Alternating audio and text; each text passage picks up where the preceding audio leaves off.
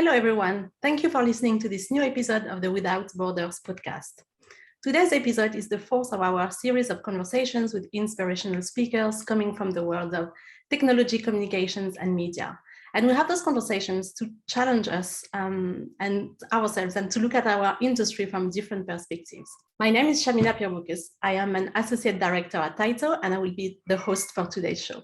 I am delighted to have a conversation with Ritu Mohanka, who recently was appointed as the managing director for Syndio and pay equity software for Europe. Ritu is passionate about making workplaces more diverse, inclusive, and fair. She joins the company with 20 years of experience in senior leadership roles with HR and talent-focused businesses. She previously worked for Glint, a LinkedIn company, where she was leading business development and strategic growth efforts in Europe. And prior to Glint, she used to work for IBM, and she drove rapid revenue growth across Europe as well. She was a highly regarded diversity champion and an executive sponsor for several diversity groups. Winner of multiple awards, our guest has been recently listed on the Empower Role Model list for the second year. Welcome, Ritu. Thanks, Shamina, for having me. How are you today? A little bit nervous, but very well otherwise. Tell us where you are. Are you in London? I am in London and in my house, and hopefully there's going to be no background noise when my children join. No worries. So I gave a brief introduction of your professional experience. Tell us a bit more about your personal journey. Absolutely. Thank you, Shamina. So of course, as you can see, I am Indian. I am originally from Kolkata in India. And as you suggested, I have over the last 20 years worked and studies in many cities across Europe, including London, Paris, Munich, and Vienna. I always say that I'm very lucky to be recognized leader in the HR tech and human capital space, known particularly for my expertise in diversity, equity, inclusion, employee engagement, and talent. And all of my roles have focused on really delivering workforce and performance transformation using best of breed HR tech solutions that truly begin to demonstrate clients' key business outcomes. And along the way, I have been very, very fortunate and to be successfully recognized and even picked up a few awards for growing businesses fast. But I don't believe there's a single thing that makes you successful. That's really about my personal journey. Some of it's down to luck, but a lot of it is down to hard work. Without the help, it's really, really hard to succeed. And I am extremely lucky and fortunate to say that my parents inculcated in me a massive drive to achieve from a very early age, and was super supportive despite coming from a extremely traditional Indian background where girls weren't expected to work. In fact, they never left home before they got married. So my parents pushed against a lot of those cultural norms to give me career opportunities, a great education, and have been and always been in a fantastic support for me. And for anyone on this call or otherwise, having a support system in a place is so hugely important in today's world. And, as I'm talking about my personal journey, I always say that my career and my personal achievements are intertwined. And in my personal life, I'm very grateful and proud that I got lucky by marrying the right guy. It's just such an important part of my life. Absolutely, yeah. And that I'm bringing up two, I say, mostly wonderful boys. And that I am there when my parents, my friends, or my family need me. And they are my friends and my family are my rock. They believe in me. And as I said, the support system means that I can do what I do and why I'm here where I am today. And sorry if my response is a bit long, but it's been quite a journey. Yeah. And over the years, and after much reflection and many conversations with various leaders and mentors and friends, I concluded that having an impact on a rather disruptive or novel growth industry, technology, was my number one objective as my life and my career evolved. And I've learned that market leaders with true product fit and strong moats have tremendous fuel to last for many years, often decades, which is what led me to Syndio, where, perhaps we'll talk about that a little later. But I am super, super passionate about making fairness in workplace a reality for everybody. And now I finally have a real opportunity to make that a reality for many, many, many, many, many people in a host of companies. Providing a rather unique capability allows companies to truly measure workforce equity in multiple dimensions and across many variables. Mm-hmm. And finally, I love growing future leaders. That's another aspect of my personal journey. For me, there is a deep meaning and purpose in helping others succeed. I knew I'd been lucky to have benefited from the advice and support of incredible leaders who have helped me in my journey of personal growth, which changed the way I live and lead, and I want to pass it forward. And that's who really I am. There are so many exciting firsts for me in my journey, but the one I love the most is that I'm able to see what I can do by applying my skills to my passion. Being able to build a company around the thing I love to do with a team of incredible people driven by the exact same mission sounds like magic to me. And here I am today. That's so nice to hear. And I really understand what you're saying about, having this personal growth and trying to link it to your professional experience. But I just want to go back to maybe something a little bit more personal. You said you come from like an Indian background, and obviously this culture is quite conservative, and I know what I'm talking about here. And we know that imposter syndrome hits women, and it hits women from minority backgrounds a little bit harder. Have you experienced this, and how did you overcome it? What was your journey like? Was there a moment where you decided, no matter what, despite the hurdles, I'm just going to thrive? Such a great question, and rather personal, Shamina, but thank you for asking that. Yes, absolutely. I have suffered from it. For many years, even though I knew I was capable of doing the work, I was often riddled with self-doubt. It was much more actually recently that I learned that there was actually a term for what I felt, which is imposter syndrome.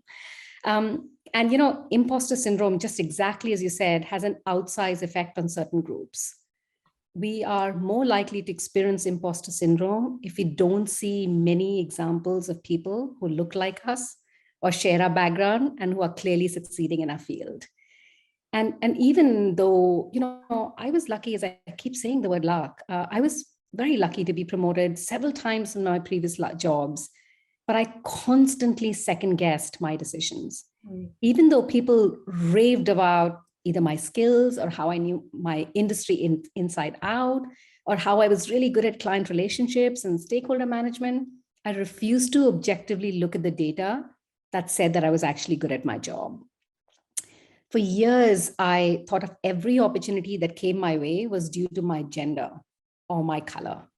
I was often worried I was underqualified and in over my head. And everyone looked so self-assured and confident.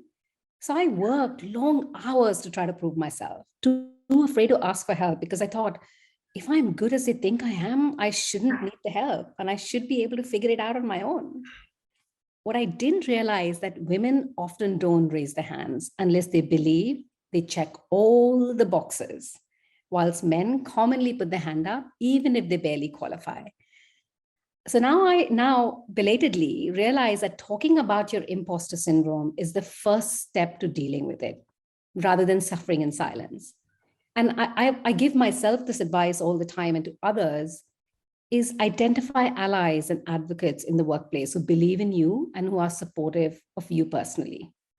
Check in with your colleagues and peers in the field, especially other women and people of color. Don't be afraid to say you're struggling. 99% of the time, you're not the only one doubting yourself.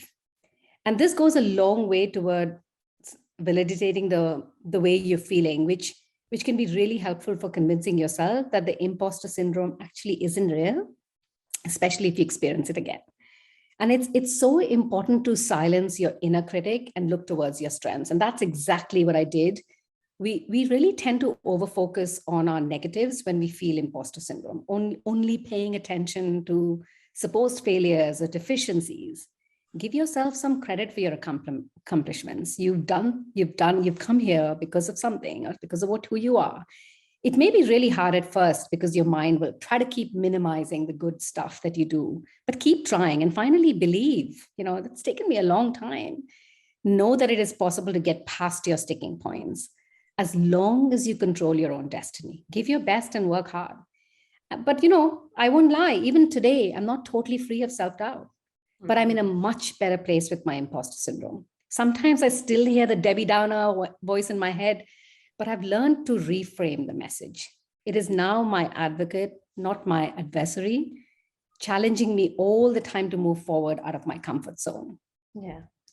I imagine that you're able to step back a little bit more whenever this voice comes and talk to yourself, really. Absolutely. And I imagine spending over 20 years in the tech industry was also very challenging. You didn't choose, the industry that was the easiest for women, I guess. Was there anything specific, any examples that challenging situations that you faced, for instance, and how you learn how to deal with, really? Yeah, I mean, Shamina, a career in technology was never in the cards for me. But I always knew that I wanted to transform culture, business, and people. I still say that with a real prominence on think. I think I was born with a talent for solving problems or approaching solutions creatively. If you think about my background in terms of my career, my qualifications, and with a bachelor's degree in English literature, master's in marketing, and an MBA, I really began my career in tech when I accidentally became aware of Connexa, a real industry disruptor in the world and of course in Europe. But I said, okay, I've stumbled upon it. Let's try that.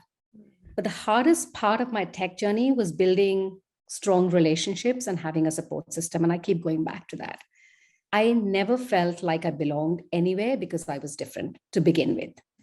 And I sometimes felt like I stuck out like a sore thumb. In those early days, I felt intimidated working in a field that at that time was so dominated by mostly white men, with very few faces of other men and women who looked like me. But I was raised to walk with my head held high and to speak intelligently and to always put my best foot forward. So that's exactly what I did. And I'm still attempting to do that. So I always say, people hear the word technology and they immediately go, gosh, software engineering and computer engineering. It's not that. The industry in itself is one where you can apply multiple skills of leadership and creativity and psychology. So it isn't just about looking at technology from that lens.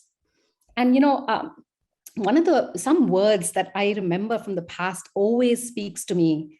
I remember that someone said to me, you're smart, you'll figure it out. That's why we hired you. You can do it. So now 20 plus years later, I still hear those words in my ears, cheering me on. And that's what you need. You just need someone to lift you up, irrespective of whether it's your technology industry or a different industry. And my career really began to take off in tech when I fully accepted that it is okay to be different. I'm equally as competent and capable of being in the industry as any other successful professional, man or woman. And I decided to be my own advocate, to become more curious, find allies and mentors, develop a support system for others, and speak up when necessary and uplift others. Something I believe strongly in is uplift one another, particularly women.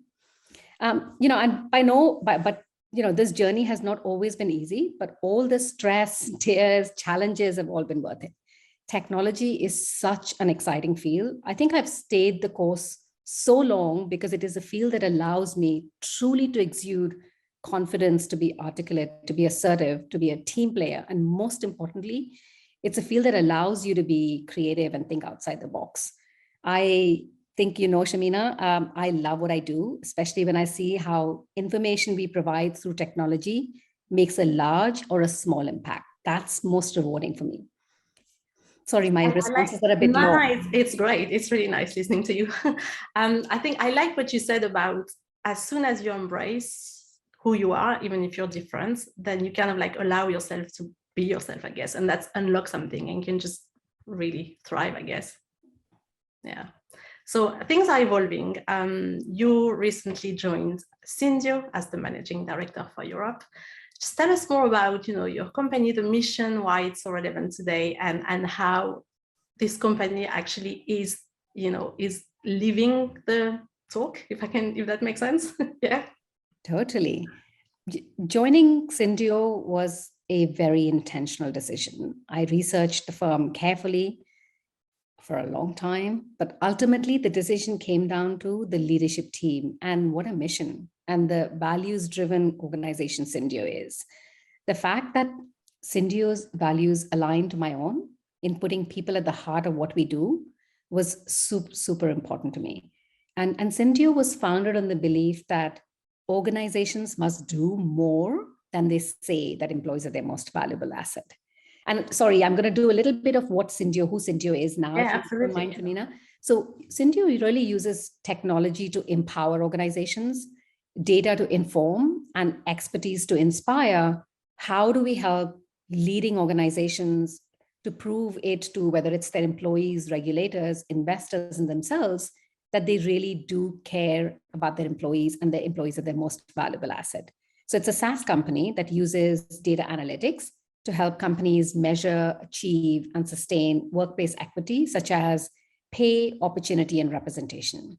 So we identify what we call sort of pay gaps in seconds, literally in seconds, and constant real-time measurement of employee opportunity and representation so that organizations can start to build diverse and dynamic teams throughout their organizations. Why is this relevant now? Why should Syndio be, industry disruptor? Well, if you think about it, today's organizations face so many surround sound calls from lawmakers and investors and employees and even customers to ensure equitable pay, real diversity, remove any bias in every stage of an employee life cycle. And many, many, many, many companies are investing in these areas with teams work, they're doing a lot of work, but they're all working in silos. Mm-hmm. Diversity, equity, and fair pay are so intertwined. And unless you address some of those root causes of inequities, you may not end up better than where you started. And that's really what Syndio is about in terms of really helping organizations achieve workforce equity. So what do you mean by that? Can you break it down? What does opportunity equity in the workplace means? Absolutely. So if I think about, let's just say Europe for now, it's almost the beginning of a new era for European companies. And Syndio's technology really helps say, let's break it down into digging into your pay equity issues. Once a year audit that lots of organizations do no longer works. Leaders really need to start looking at a much closer look to the hidden policies and behaviors and biases that are reinforcing pay equity challenge. So really it's looking at digging into where there is there equal work for equal pay? It's also about, beware. I always say beware of mass pay averages. Executive leadership teams need to really make that call now and draw a really hard boundary to potentially ignore industry or role pay averages to re-level compensation at their own company. It's up to the company's leadership really to make these difficult calls and to own these discrepancies. It's okay if you don't have it fixed. It's okay if you have a gap, but it's about making sure that you can stand up front and say, we have a gap and we have a plan to fix this eventually. And then it's really not focusing on just the cash component, but the total compensation. So if companies are focused solely on base pay when evaluating workplace equity, they're missing the broader, more telling picture in my view. Our CEO, Maria, noted that companies, she says this all the time, look at what we call the dirty little secrets and the dark hidden corners. The dark hidden corners are things like bonuses and incentives and pay and stock options and equity grants. If you have to look at those things to get a true picture of whether you have gaps or not, that's when truly you start looking at and saying, oh, there's an issue here with bonuses and there is a lot of bias involved here. And let's do this analysis and get equity around that. So it's really about equitable representation, equitable access to opportunities, equitable compensation, and equitable starting pay. So where do you think the conversation should be, or who should initiate these conversations to really help businesses, be more fair? There is a gap between, knowing that that's the right thing to do and, what is really happening, I guess. Yeah, I mean, in our view, it starts with the CEO. A lot of organizations are reporting on the ESG metrics. A lot of organizations are saying we're very clear on the E, we're really clear on the G, but we don't really know what the S is. And S is social impact. What are you doing externally and internally for your employees in the community and the environment at large? And it starts with something that's very personal to every individual who works somewhere. It's their pay, it's fairness. So really the conversation starts at the C-suite. But of course, our direct, if you like, category customers are heads of rewards, heads of D&Is, and heads of HR. Okay. That's very very interesting, and wish you all the best of luck with this new role. You've been listed, like I mentioned, in the Empower role model list for the second year, so congratulations. I think for those who are not familiar with this list is supported by Yahoo Finance, and it showcases leaders who are breaking down barriers and at work, and is smashing the ceiling for people of color really within global businesses. Do you want to tell us more, maybe a bit? I would love to hear about, your perspective on importance of representation, like a little bit more than what you just, shared with us. And I think personally, everyone who's listening to this podcast will recognize this. Recognition is a very powerful motivator and makes us all our hard work worthwhile. And that's for me. I know it does for me. So of course, I was delighted to recently make it into the Empower Executive Role Model 2022 list. And I think this is my 4th time, Shamina. So I'm quite humbled to say that. Right. Yeah, sure. It's very humbling. Wow. And really, it is about acknowledging the professional achievements or workplace BAME community. And it's something that I keep saying that I am not just proud of, but really passionate about. And it's really about seeking to break some of those barriers for minorities. And I believe that our work at Syndio is also going to contribute to that mission hugely. But yeah, you asked the question about what does representation matter? Why does it matter in the workplace? Oh gosh, it really matters. Simply, if nothing, for diversity of thought, if nothing else. While we all start off on equal footing for entry-level jobs, as career progresses, these shared representations drop off. And this means when decisions are being made, there aren't enough women of color or women sitting at the table representing their communities. And it's really, really difficult to make decisions that represent these communities without this representation. Because as I said, representation truly matters. And with the future involving algorithmic technologies, and again, it's a sell on Syndio, it is more important than ever to have wide and meaningful representation, helping truly eliminate bias in the workplace and in many different industries. To impact the future, we must start with representation. If you think about historically, women have been underrepresented in many areas of work, and particularly at senior levels. So of course, it's expected that most employers will have a pay gap, but it really comes from that opportunity gap. So the gender pay gap can be caused by various different factors, including historical social factors, lack of women in senior roles, labor market experience, family responsibilities, and of course, equal pay issues. So that's why it's so key to get that representation right, then everything else will follow suit. Thank you so much. I have a last question, actually. Looking back, what piece of career advice would you give to your younger self? I would still say the same. Work hard, but also work smart. Nobody needs a burnout. And if you're unsure, seek advice. Wait up, use it well. Ask for help as many times when you need it. And if someone doesn't want to help you, they won't, but ask for it. And finally, keep adding to your skills. You can't be a one-trick pony in leadership positions, especially in the fast-moving world of technology. I always say it's tough to build something. It's just a little bit tougher if you're building something as a woman. And over the last 2 decades, I have survived all kinds of challenges, including biases and stereotypes. One day, Shamina, we can talk more about that. But after all that has flown by and all that is yet to manifest, I learned that the best way to give back is to pay it forward, to share real stories of it's been like starting to build, with the hope that some of these stories resonate with the audience and give them a few ideas or tips to push past that, some of those, what seems like unbreakable barriers. Thank you so much. Wow, that was a great conversation. Thank you again, Ritu, for your time. It's really inspiring, and I feel empowered somehow, and I'm sure all our listeners feel the same way. So that's it for our Tyto Without Borders podcast. If you'd like to know more about Syndio, you can check their website. It's synd.io. We'd love to hear your comments and receive nominations about who you think could be our next guest. And you can share your suggestions via our social media channels. So you can find us on Twitter, LinkedIn, or Instagram.